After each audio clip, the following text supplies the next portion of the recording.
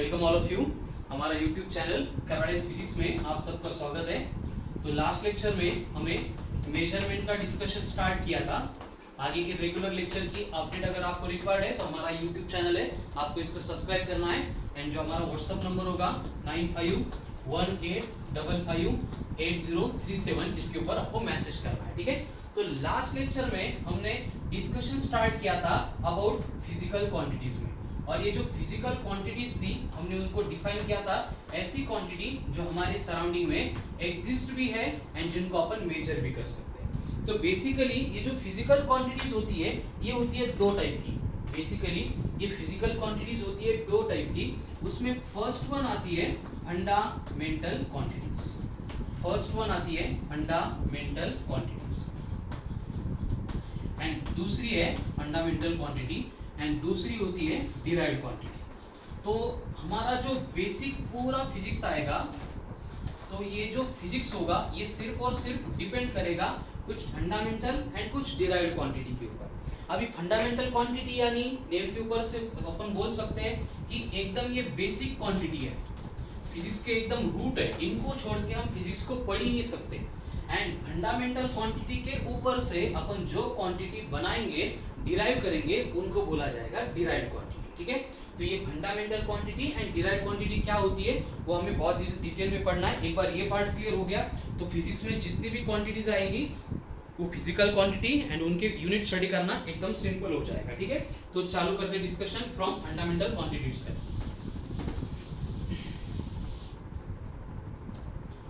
ठीक है, fundamental quantities.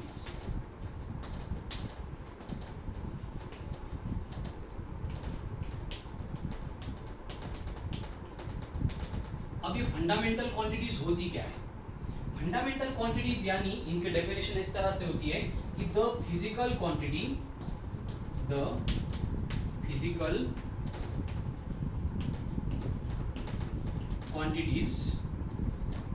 which do not depends upon any other physical quantity for its measurement, ठीक है। Fundamental quantity यानी इस तरह की क्वांटिटी है कि जिसको मेजर करने के लिए हमें दूसरी कोई भी क्वांटिटी के ऊपर डिपेंड नहीं रहना पड़ता है, ठीक है। ऐसी क्वांटिटी जिनको अपन डायरेक्ट मेजर कर सकते हैं उनको बोला जाता है फंडामेंटल क्वांटिटी, ठीक है। तो ये फंडामेंटल क्वांटिटी जो है, जब हमने फिजिक्स डिस्कस किया था, फिजिक्स को स्टडी करने का एक पर्टिकुलर फॉर्मेट बनाया था, उसी दिन डिसाइड किया था कि हमारे फिजिक्स में ये जो फंडामेंटल क्वांटिटीज है वो सिर्फ 7 रहेंगी, ठीक है। एंड बाकी पूरे फिजिक्स में जितनी भी डिराइव्ड क्वांटिटीज आएंगे वो फंडामेंटल क्वांटिटी के ऊपर से हम डिराइव करेंगे, ठीक है। तो फंडामेंटल क्वांटिटीज यानी ऐसी बेसिक क्वांटिटी जिनके ऊपर बाकी का पूरा सिलेबस जो है हमारे फिजिक्स का वो डिपेंड करेगा। एंड ऐसे फंडामेंटल क्वांटिटी के नंबर हमारे फिजिक्स में कितने हैं? ओनली 7 है, ठीक है। तो ये जो डेफिनेशन है उसको मैं रब कर देता हूँ। एक्चुअल में अब डिस्कशन स्टार्ट होगा, बहुत इंपॉर्टेंट बातें चालू हो रही है टॉपिक की जो हमें क्वेश्चन सॉल्व करने के लिए रिक्वायर्ड होगी। ध्यान से देखो और इसको साइमल्टेनियसली आपको प्रिपेयर भी करना है। स्क्रीनशॉट लेके ये जो क्वांटिटी है उनके नोट्स आप बना सकते हैं, ठीक है। तो टोटल 7 फंडामेंटल क्वांटिटीज हम फिजिक्स में पढ़ते हैं। उसमें सबसे पहला वाला आता है मास। अब याद करो हमारा इंट्रोडक्शन ऑफ फिजिक्स। तो इंट्रोडक्शन ऑफ फिजिक्स में मैंने मास को इंट्रोड्यूस किया था क्योंकि नेचर में ये बेसिक है, एकदम फंडामेंटल है, इनको छोड़ के नेचर के फिनोमेना अपन पढ़ ही नहीं सकते, ठीक है। दूसरा है लेंथ, तीसरा time, fourth one temperature, fifth one electric current.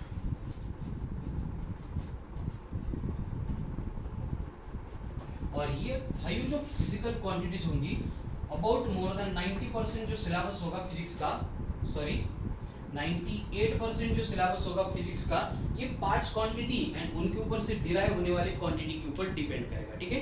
Fundamental quantity वैसे तो 7 है, लेकिन ये जो 5 मैंने बोर्ड पे लिस्ट आउट करके दी है ये एकदम इंपॉर्टेंट है, ठीक है। तो ये 5 बन गई एकदम बेसिक इंपॉर्टेंट। उसके बाद में आती है 6th वन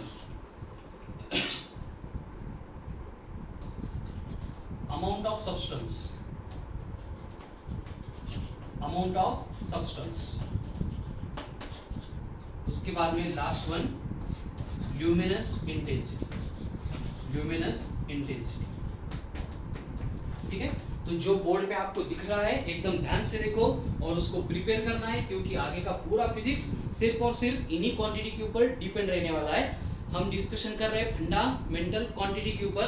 फंडामेंटल क्वांटिटी यानी ऐसी क्वांटिटी जिनका खुद का एग्जिस्टेंस है, जो दूसरों के ऊपर डिपेंड ही नहीं करते, उनको बोला जा रहा है फंडामेंटल क्वांटिटी, जिनकी मेजरमेंट के लिए हमें दूसरे क्वांटिटी की रिक्वायरमेंट नहीं होती है। और ऐसी फंडामेंटल क्वांटिटी फिजिक्स में 7 होती है, जिसमें से 5 हमारे सिलेबस में 11-12 के बहुत ज़्यादा इंपॉर्टेंट है, 2 रिक्वायर्ड है, नहीं ऐसे नहीं रिक्वायर्ड है लेकिन बहुत रेयर उसका यूज होगा। उसमें फर्स्ट वन है मास, दूसरी लेंथ, तीसरा time, fourth one temperature, fifth one electric current, उसके बाद amount of substance and luminous intensity.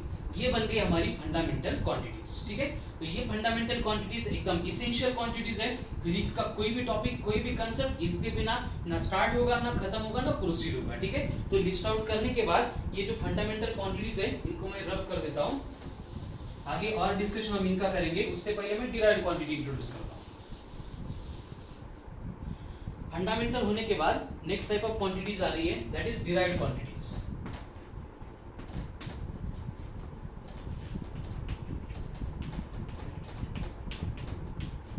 अब ये डिराइव्ड क्वांटिटी मतलब क्या होता है? नेम इटसेल्फ इंडिकेट दैट ये डिराइव की हुई क्वांटिटी है। अगर डिराइव की है तो कहां से डिराइव करेंगे? इससे पहले जो पढ़ा था वहां से, मतलब फंडामेंटल क्वांटिटी जो है उसके ऊपर हमारा पूरा फिजिक्स डिपेंड है। तो फिजिक्स में जो कुछ भी हम डिराइव करेंगे, नई बातें आएगी, वो सबसे पहले इंपॉर्टेंट होगी, रिलेटेड टू होगी ये फंडामेंटल क्वांटिटीज। ठीक है, तो डिराइव्ड क्वांटिटी यानी क्या होगा? ऐसी physical quantities, the physical quantities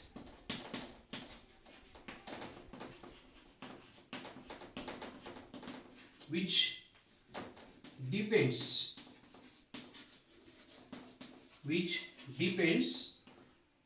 on two or more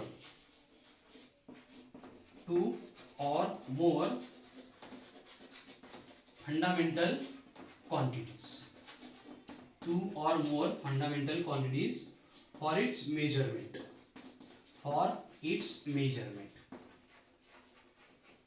यानी कि देखो क्या हुआ, ये डिराइव्ड क्वांटिटीज का खुद का एग्जिस्टेंस है ही नहीं, ये डिपेंड करेगी किसके ऊपर? डिपेंड करेगी फंडामेंटल क्वांटिटीज के ऊपर, जो पहले से हमें मालूम है, डिफाइन भी किया था और उनको लिस्ट आउट भी किया था। वही 7 फंडामेंटल क्वांटिटीज है, उनका यूज करके हम क्या करेंगे, जैसे जैसे फिजिक्स में रिक्वायरमेंट आएगी वैसे वैसे नई नई क्वांटिटी डिराइव करेंगे। जो क्वांटिटी डिराइव कर रहे हैं हम, वो बनेगी डिराइव क्वांटिटी, जिससे डिराइव कर रही है वो बनेगी फंडामेंटल क्वांटिटी। यानी कि fundamental quantity and derive quantity में डिफरेंस क्या है? डिफरेंस पढ़ने की जरूरत नहीं, बिकॉज जो 7 है उनको छोड़ के जो कुछ भी आएगा वो डिराइव क्वांटिटी होगी, और जिसको डिराइव करने के लिए कंपल्सरी हमें यहाँ पे मिनिमम 2 या फिर 2 से ज्यादा फंडामेंटल क्वांटिटीज की रिक्वायरमेंट होगी। ठीक है, अभी डिराइव क्वांटिटीज होती क्या है, डिराइव कैसे होती है? एकदम सिंपल बात है, एज पर रिक्वायरमेंट हम क्या करते हैं, इनको डिराइव करते हैं। जैसे कि मैं आपको बोल देता हूं कि फॉर एग्जांपल हमने घर बनाया, घर कंस्ट्रक्ट किया, एंड घर के लिए हमें क्या करना है, डोर बनाना है। तो डोर बनाने के लिए कारपेंटर के पास गए और हम उसको अगर बोल दिए कि मुझे क्या करो 2.5 मीटर का डोर बना दो, तो क्या होगा? कारपेंटर तो बना ही नहीं सकता, वो बोलेगा 2.5 मीटर ये हाइट हो गई, उसकी विड्थ कितनी रखनी है?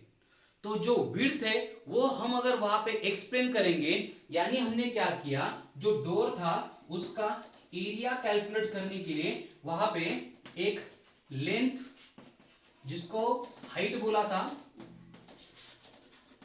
बाद में और एक लेंथ जिसको विड्थ बोला गया था, इन दोनों फिजिकल क्वांटिटी को यूज किया एंड वहां पे एरिया, ये नई फंडामेंटल क्वांटिटी हमने डिराइव कर दी। ठीक है, अभी डोर का एग्जांपल हो गया। फॉर एग्जांपल ये डोर के लिए मैंने बोला था, फॉर एग्जांपल कोई आपको सर्कल दिया है और उस सर्कल का भी एरिया हमें रिक्वायर्ड है, तो आप 8-9 स्टैंडर्ड से पढ़ रहे हैं कि सर्कल का एरिया यानी पाई आर स्क्वायर होता है। तो यहाँ पे पाई तो कांस्टेंट है, आर यानी कौन? रेडियस। अब ये रेडियस एक्चुअल में होती क्या है? लेंथ होती है, तो इसका अपन स्क्वायर कर रहे हैं, मतलब ये लेंथ को अपन 2 टाइम यूज कर रहे हैं। यहाँ पे लेंथ को पहली बार रेडियस बोला था, दूसरी बार भी अपन रेडियस बोल रहे हैं, यानी लेंथ एंड लेंथ ये फिजिकल क्वांटिटी लेंथ, ये फंडामेंटल क्वांटिटी दो बार यूज करके हम नई क्वांटिटी डिराइव करते हैं जिसको बोला जा रहा है एरिया। आगे जाते हैं, अगर आपको वॉल्यूम कैलकुलेट करनी है, वॉल्यूम कैलकुलेट करनी है, जैसे वो वाटर के लिए हमने टैंक बनाया और टैंक में वाटर कितना स्टोर होगा वो हमें कैलकुलेट करना है। बेसिक बातें आपने सुनी है, आपको मालूम भी है। तो हमें उस टैंक के बारे में सबसे पहले मालूम करना पड़ेगा कि टैंक की हाइट कितनी है। बाद में हमें देखना पड़ेगा कि टैंक की जो विड्थ है वो कितनी है, एंड उसके बाद में हाइट हो गई, विड्थ हो गई, एंड हॉरिजॉन्टल डायरेक्शन में उसकी लेंथ कितनी है। इसका मतलब क्या होगा कि रूम की वॉल्यूम कैलकुलेट करने के लिए मुझे जो लेंथ होगी ये फिजिकल क्वांटिटी 3 टाइम्स यूज करनी पड़ेगी। इसका मतलब क्या हो गया, मैंने वॉल्यूम ये क्वांटिटी यहाँ पे डिराइव की, एंड इसको डिराइव करने के लिए जो लेंथ था ये फंडामेंटल क्वांटिटी को 3 बार मैंने यूज किया। इस तरह से क्या होता है, हम क्वांटिटी को डिराइव करते हैं एज पर रिक्वायरमेंट। ठीक है, अब एरिया हो गया, उसके बाद में वॉल्यूम हो गई, उसके बाद में देखो जैसे कि स्पीड है, स्पीड, अभी स्पीड सबको मालूम है, ठीक है, उसको अपन वेलोसिटी भी बोलते हैं। डिफरेंस ये है, एक स्केलर है एक वेक्टर है, लेकिन हम यहाँ पे दोनों का फॉर्मूला सेम है तो एक ही कंडीशन कंसीडर करेंगे। अब स्पीड का या फिर वेलोसिटी का फॉर्मूला क्या होता है सबको मालूम है, डिस्प्लेसमेंट पर यूनिट टाइम बोलते हैं या फिर distance per unit time, displacement per unit time या फिर डिस्टेंस पर यूनिट टाइम। अब देखो डिस्प्लेसमेंट या डिस्टेंस, इन दोनों का मतलब क्या हो रहा है, ये दोनों का मतलब हो रहा है लेंथ, अपॉन में कौन है, टाइम।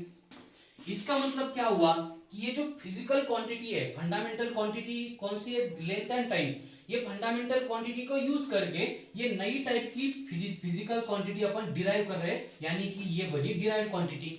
अब डेफिनेशन को देखो, डेफिनेशन में हमने दिखा था फंडामेंटल क्वांटिटी के कि फंडामेंटल क्वांटिटी यानी फिजिकल क्वांटिटी जो दूसरे के ऊपर डिपेंड नहीं करती है, एंड डिराइव्ड क्वांटिटी यानी ऐसी क्वांटिटी जो दो या दो से ज्यादा फिजिकल क्वांटिटी फंडामेंटल क्वांटिटी के ऊपर डिपेंड कर रहा है। तो इस तरह से स्पीड हो गई, वेलोसिटी हो गई।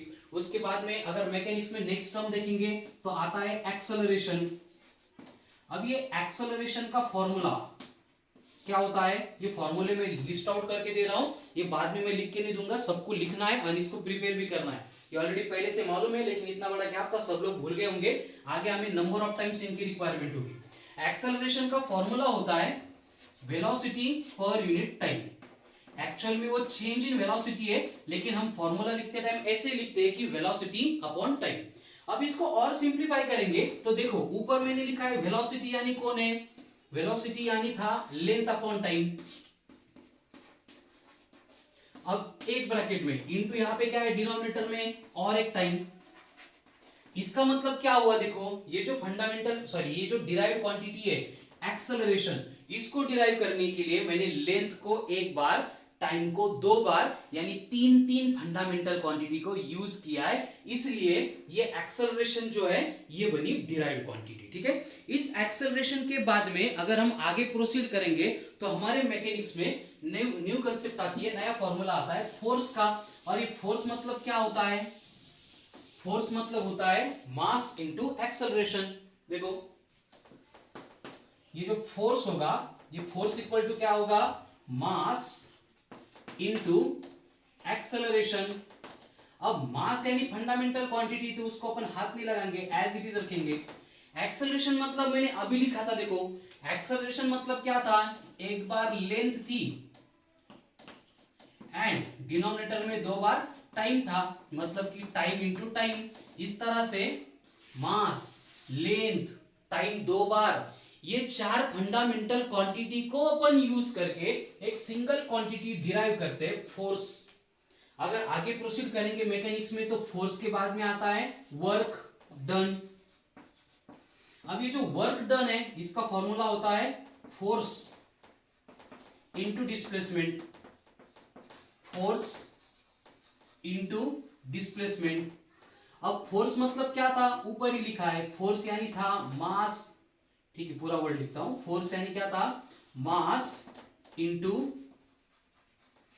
Length upon time into time, ये पहले से था।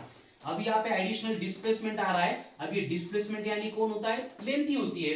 अपन डिस्टेंस मेजर करते हैं, लेंथ मेजर करते हैं, यानी क्या होता है, एक्चुअल में लेंथ ही मेजर करते हैं। यानी कि यहाँ पे वर्क डन को डिराइव करने के लिए यहाँ पे मास एक बार, लेंथ दो बार एंड टाइम फिर से दो बार, इस तरह से हमने ये फंडामेंटल क्वांटिटी जो है उनको यूज करके ये जो क्वांटिटी है वर्क डन इसको डिराइव किया है। ठीक है, अगर मैकेनिक्स के अकॉर्डिंग आगे प्रोसीड करेंगे तो नेक्स्ट क्वांटिटी आती है that is power.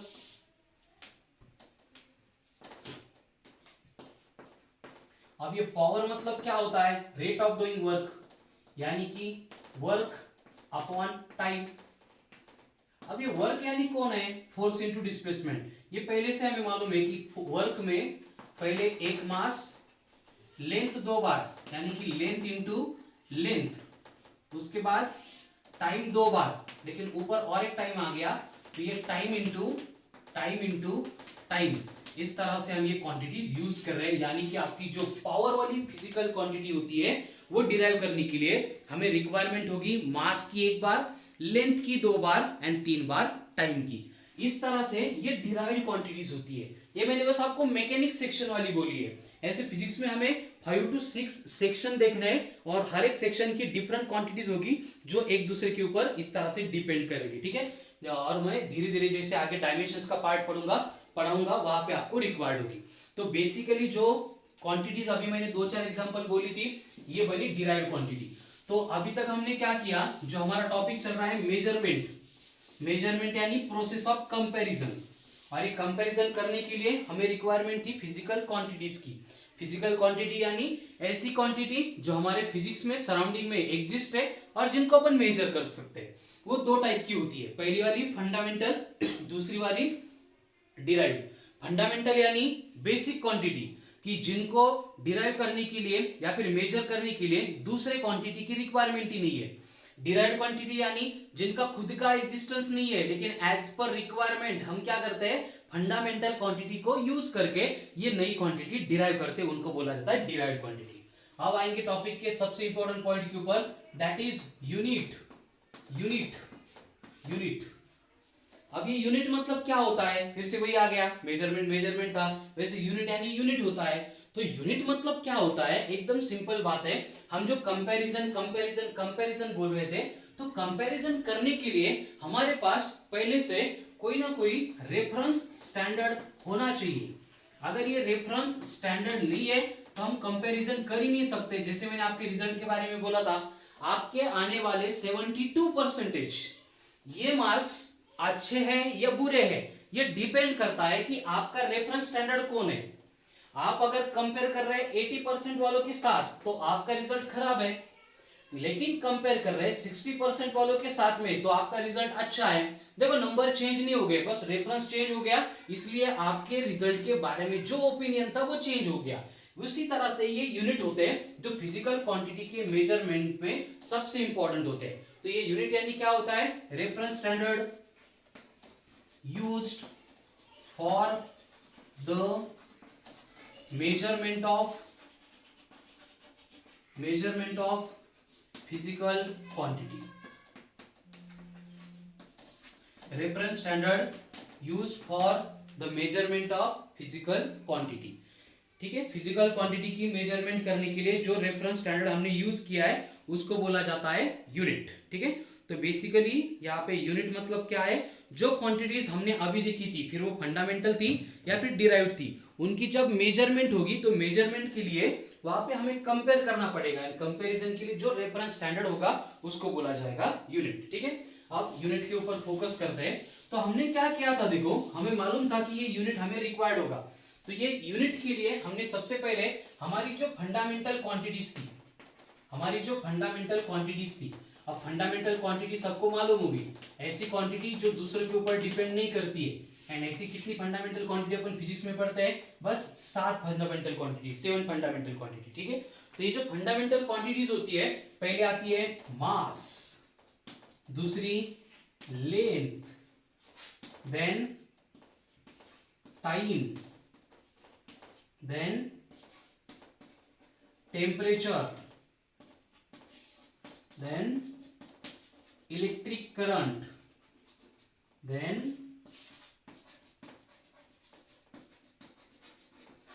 Amount of substance, उसके बाद में ल्यूमिनस इंटेंसिटी। मैंने पहले बोला है कि ये amount of substance and luminous intensity कुछ खास यूज नहीं है, तो इनके बारे में अपन एकदम मिनिमम डिस्कशन जितना रिक्वायर्ड है उतना ही डिस्कशन करेंगे, ठीक है। तो ये 7 फंडामेंटल क्वांटिटीज हो गई, लेकिन हमें क्या करना था, ये फंडामेंटल क्वांटिटी जो है इनकी मेजरमेंट करनी थी। लेकिन मेजरमेंट के लिए प्रॉब्लम क्या है कि बेसिकली मेजरमेंट मतलब होता है प्रोसेस ऑफ कंपैरिजन। तो ये कंपैरिजन करने के लिए हमारे पास कुछ ना कुछ रेफरेंस स्टैंडर्ड रिक्वायर्ड था। तो जो रेफरेंस स्टैंडर्ड हम बनाते हैं उसको बोला जाता है यूनिट। तो अगर ये फंडामेंटल क्वांटिटी होगी तो इनके यूनिट को बोला जाएगा फंडामेंटल यूनिट्स, ठीक है। इनके यूनिट को बोला जाएगा फंडामेंटल यूनिट्स। और ये फंडामेंटल यूनिट्स यानी रेफरेंस स्टैंडर्ड हमने डिसाइड किए थे, मास जो था उसके लिए किलोग्राम यानी केजी, लेंथ के लिए मीटर, उसके बाद टाइम के लिए सेकंड, टेम्परेचर के लिए केल्विन और डिग्री सेल्सियस, इलेक्ट्रिक करंट के लिए एम्पियर, अमाउंट ऑफ सब्सटेंस के लिए मोल, ल्यूमिनस इंटेंसिटी के लिए कैंडेला, ठीक है। तो बहुत इंपॉर्टेंट टेबल मैंने बोर्ड पे लिखा है जिसके ऊपर आगे का पूरा फिजिक्स का सिलेबस डिपेंड करेगा। और इसमें हमें क्या दिख रहा है, इसमें हमें दिख रहा है basically 7 fundamental quantities and 7 fundamental quantities से रिलेटेड उसके फंडामेंटल यूनिट्स, ठीक है। तो ये बने 7 फंडामेंटल क्वांटिटी के यूनिट्स। ध्यान से देखो, मास है उसका यूनिट है किलोग्राम, लेंथ है उसका यूनिट है मीटर, टाइम है उसका यूनिट है सेकंड, टेम्परेचर का यूनिट केल्विन और डिग्री सेल्सियस, इलेक्ट्रिक करंट का एम्पियर, अमाउंट ऑफ सब्सटेंस का मोल, ल्यूमिनस इंटेंसिटी का कैंडेला, ठीक है। तो ये बन गए fundamental quantities and fundamental units.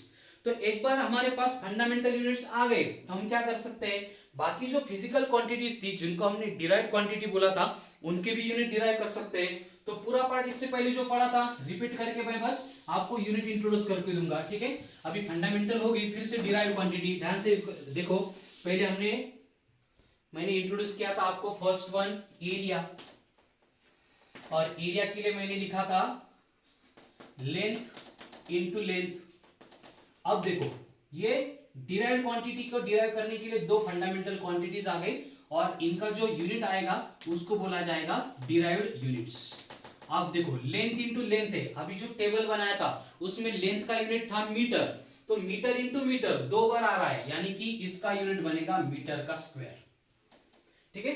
उसके बाद में मैंने इंट्रोड्यूस किया था वॉल्यूम को, और वॉल्यूम में हमने देखा था length into length into length, ये हमने 3 बार यूज किए थे।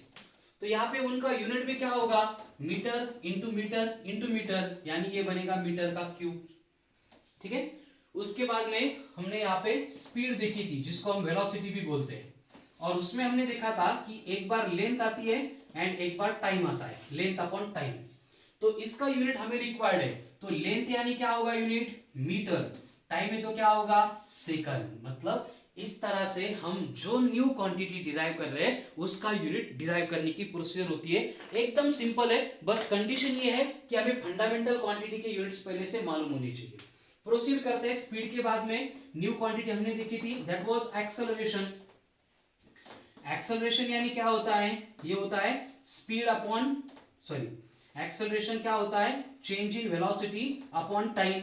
स्पीड क्यों नहीं लिखा वो बाद में एक्सप्लेन करता हूं आपको, ठीक है। एक्सेलरेशन होता है वेलोसिटी अपॉन टाइम। अब वेलोसिटी में ऑलरेडी एक लेंथ थी, यहाँ पे टाइम जो है वो 2 बार आएगा डिनोमिनेटर में, तो यूनिट बनते टाइम, लेंथ का यूनिट यानी मीटर, टाइम 2 बार है तो ये बनेगा सेकंड इनटू सेकंड, सिंप्लीफाई करेंगे तो मीटर पर सेकंड का स्क्वायर, ये बना एक्सेलरेशन का यूनिट, ठीक है। आगे जाएंगे, एक्सेलरेशन के बाद में मैंने इंट्रोड्यूस करके दिया था फोर्स को। फोर्स का फॉर्मूला था मास इनटू एक्सेलरेशन। अब मास तो फंडामेंटल है, एज इट इज रहेगा। एक्सेलरेशन यानी क्या था, एक लेंथ एंड 2 बार टाइम, यानी कि t इंटू टी। अब इनका यूनिट देखो क्या बनेगा, मास यानी किलोग्राम, लेंथ यानी मीटर, टाइम 2 बार है तो सेकंड स्क्वायर, केजी मीटर पर सेकंड स्क्वायर। लेकिन ये जो क्वांटिटी अपन यहाँ पे लिख रहे हैं बोर्ड पे फोर्स वाली, इसको इंट्रोड्यूस किया था एंड एकदम भारी वे से एक्सप्लेन किया था बाय सर आइजैक न्यूटन। तो हमने क्या किया, इसके आगे इतने बड़े बड़े यूनिट लिखना पॉसिबल नहीं था, तो बोल दिया कि इसको आगे से न्यूटन बोलना है। तो इन फ्यूचर आपको याद करना है कि 1 न्यूटन यानी हमेशा 1 केजी मीटर पर सेकंड का स्क्वायर, ये उसका कन्वर्जन होता है, रिलेशन होता है। ठीक है, देखो ये डिराइव्ड क्वांटिटी के यूनिट है, बस बड़े बड़े यूनिट लिखने की रिक्वायरमेंट नहीं है एंड हमें उनको याद रखना है, इसलिए ऑनर दे रहे हैं। इसलिए हमने क्या किया, केजी मीटर पर सेकंड स्क्वायर को रिप्लेस करके बस उसको न्यूटन बोल दिया। तो न्यूटन ये फिजिक्स फोर्स का यूनिट है एंड 1 न्यूटन यानी क्या होता है, केजी मीटर पर सेकंड स्क्वायर। ये आगे बहुत काम का है हमारे। ठीक है, फोर्स के बाद में हमने नेक्स्ट क्वांटिटी देखी थी, दैट वाज वर्क डन, और ये वर्क डन था फोर्स इनटू डिस्प्लेसमेंट। अभी फोर्स में क्या क्या आ रहा है, एक बार मास, एक बार लेंथ, टाइम इनटू टाइम, ये टाइम इनटू टाइम आ गया। ठीक है, ये बना था फोर्स इनटू यहाँ पे और एक डिस्प्लेसमेंट यानी लेंथ आ रही है। तो यूनिट में क्या होगा, मास है मतलब किलोग्राम, लेंथ एक बार आ गई लेकिन पहले और एक बार लेंथ थी, तो लेंथ 2 बार हो गई मतलब metre square upon second square हो गया, केजी मीटर स्क्वायर पर सेकंड स्क्वायर। अब देखो मैं इसको थोड़ा सा सिंपल वे से एक्सपांड करता हूं, ये केजी मीटर स्क्वायर पर सेकंड स्क्वायर था, मैं इसको ऐसे भी लिख सकता हूं, केजी मीटर पर सेकंड स्क्वायर एक ब्रैकेट में इनटू मीटर। अब ये केजी मीटर पर सेकंड को हमने सेकंड स्क्वायर को न्यूटन बोला था, तो ये बना न्यूटन इनटू मीटर, और इसी न्यूटन इन मीटर को इनटू मीटर को अपन बोलते हैं as a joule. Work done का ऐसा यूनिट होता है जूल। इसका मतलब हमें और एक कन्वर्जन मिल गया कि 1 जूल यानी होता है 1 किलोग्राम मीटर स्क्वायर पर सेकंड स्क्वायर। जो बातें चल रही है एकदम सिंपल है लेकिन उतनी इसेंशियल है, उतनी इंपॉर्टेंट है। जैसे सिलेबस आगे बढ़ेगा आपको मालूम होगा कि ये सब चीजें मतलब एकदम बेसिक रिक्वायर्ड है, जिनको आज ये समझ में आ गया, आज का जी यूनिट्स वगैरह सब कुछ प्रिपेयर किया, आगे के सिलेबस में उनको प्रॉब्लम फेस करने की जरूरत ही नहीं होगी। ठीक है, तो फोर्स हो गया, वर्क डन हो गया। नेक्स्ट क्वांटिटी आती है दैट इज पावर। अब ये पावर मतलब क्या था, पावर मतलब था रेट ऑफ डूइंग वर्क, यानी कि work per unit time, work per unit time. तो नेक्स्ट क्वांटिटी आती है पावर। तो पावर यानी था वर्क अपॉन टाइम। लेकिन वर्क मतलब क्या होता है, यहां पे ऑलरेडी हमने लिखा है कि वर्क यानी होता है एक बार मास, लेंथ 2 बार एंड टाइम 2 बार। लेकिन यहाँ पे डिनोमिनेटर में और एक टाइम आ रहा है तो ये 1/t बनेगा। तो इसका एसएनएट देखो क्या होगा, मास यानी किलोग्राम, लेंथ इंटू लेंथ यानी मीटर का स्क्वायर, टाइम 3 बार है यानी सेकंड का क्यूब हो गया। तो ये बना डिराइव्ड यूनिट, किसके लिए, पावर के लिए। फिर आगे हम क्या करेंगे, इसको और सिंप्लीफाई करने के लिए ये केजी मीटर स्क्वायर पर सेकंड स्क्वायर ये ऐसे रखेंगे, इनटू 1/सेकंड बोल देंगे, बस 1 सेकंड उधर लिया था। लेकिन यहां पे देखेंगे तो केजी मीटर स्क्वायर पर सेकंड स्क्वायर को ऑलरेडी हम जूल बोलते हैं, तो ये बनेगा जूल पर सेकंड, जूल पर सेकंड। एंड इसी जूल पर सेकंड को अपन बोलते हैं एज ए वैट। तो पावर का यूनिट क्या हो गया, वैट। तो इस तरह से हमारा जो फिजिक्स है वो प्रोसीड करता है। मतलब हमने स्टार्ट में मेजरमेंट देखा था, मेजरमेंट यानी प्रोसेस ऑफ कंपैरिजन। तो कंपैरिजन किसकी करनी है, फिजिकल क्वांटिटीज की करनी है। क्यों करनी है, क्योंकि फिजिक्स पढ़ना यानी नेचर को देखना, नेचर को ऑब्जर्व करना एंड नेचर के ऑब्जर्वेशन को मैथमेटिकल फॉर्म में रिप्रेजेंट करना, ये हमारा फिजिक्स का बेसिक वर्क होता है। तो उसके लिए हमने क्या किया कि फिजिकल क्वांटिटी को 2 पार्ट में डिवाइड कर दिया। कुछ फंडामेंटल बनी एकदम बेसिक है, जिनमें हम कुछ इंटरफेयर नहीं कर सकते, वो अपने आप एग्जिस्ट करती है और वो किसी के ऊपर डिपेंड भी नहीं करती है। उनको छोड़ के दूसरी बनी डिराइव्ड क्वांटिटी, जिनको हम एज पर रिक्वायरमेंट डिराइव करते जा रहे हैं। जैसे एक बेसिक बात आपको मालूम होगा कि जैसे ये मैंने अभी एग्जांपल बोला है, तो एक्सेलरेशन वाला जो पार्ट था वो 13वीं सेंचुरी में गैलीलियो ने सबसे पहले इंट्रोड्यूस किया था। उससे पहले एक्सेलरेशन के बारे में ज्यादा कुछ इंफॉर्मेशन किसी के पास नहीं थी। ऐसे प्रोसीड करते हैं तो हमें रिक्वायरमेंट के अकॉर्डिंग हम क्या करते हैं, क्वांटिटी डिराइव करते हैं। एंड डिराइव करने के लिए ये जो फंडामेंटल क्वांटिटीज है हम उनकी हेल्प लेते हैं। और क्वांटिटीज को हमें कंपलसरी मेजर करना पड़ता है, तो मेजर करने के लिए वहां पे रिक्वायरमेंट होती है यूनिट की, जिसको अपन रेफरेंस स्टैंडर्ड बोल रहे हैं, क्योंकि मेजरमेंट यानी होती है प्रोसेस ऑफ कंपैरिजन, ठीक है। तो ये जो यूनिट होते हैं ये भी दो टाइप के हो गए। अगर फंडामेंटल क्वांटिटी का है तो वो बना फंडामेंटल यूनिट, अगर डिराइव्ड क्वांटिटी का है तो वो बना derived quantity, sorry derived unit, ठीक है। तो ये था हमारे टॉपिक का बेसिक इंट्रोडक्शन, जिसमें हमने measurement, physical quantities, fundamental quantities and derived quantities क्या होते हैं, कैसे वर्क करते हैं, इनको इंट्रोड्यूस किया है, ठीक है। तो इसके बाद का जो लेक्चर आएगा वो बहुत ज्यादा इसेंशियल इंपॉर्टेंट होगा, क्योंकि उसमें मैं एक्चुअल में सिस्टम ऑफ यूनिट्स क्या होती है, एसआई कैसे इंट्रोड्यूस हो गई, उसके बाद में जिसके ऊपर most of the time exam में क्वेश्चन आता ही आता है, दैट इज डायमेंशन को मैं डायरेक्टली स्टार्ट कर रहा हूं नेक्स्ट लेक्चर में, ठीक है। लेकिन उससे पहले आपको आज के लेक्चर में जो पढ़ाया था वो प्रिपेयर करना है, उनके यूनिट्स एंड ये बेसिकल क्वांटिटी, ये आप 7th स्टैंडर्ड से पढ़ रहे हैं, वही है, नया कुछ नहीं है, लेकिन फिर भी इनको एक बार प्रिपेयर करना है, और बाकी का पार्ट जो है हम आगे के लेक्चर में कंटिन्यू करेंगे। Thank you.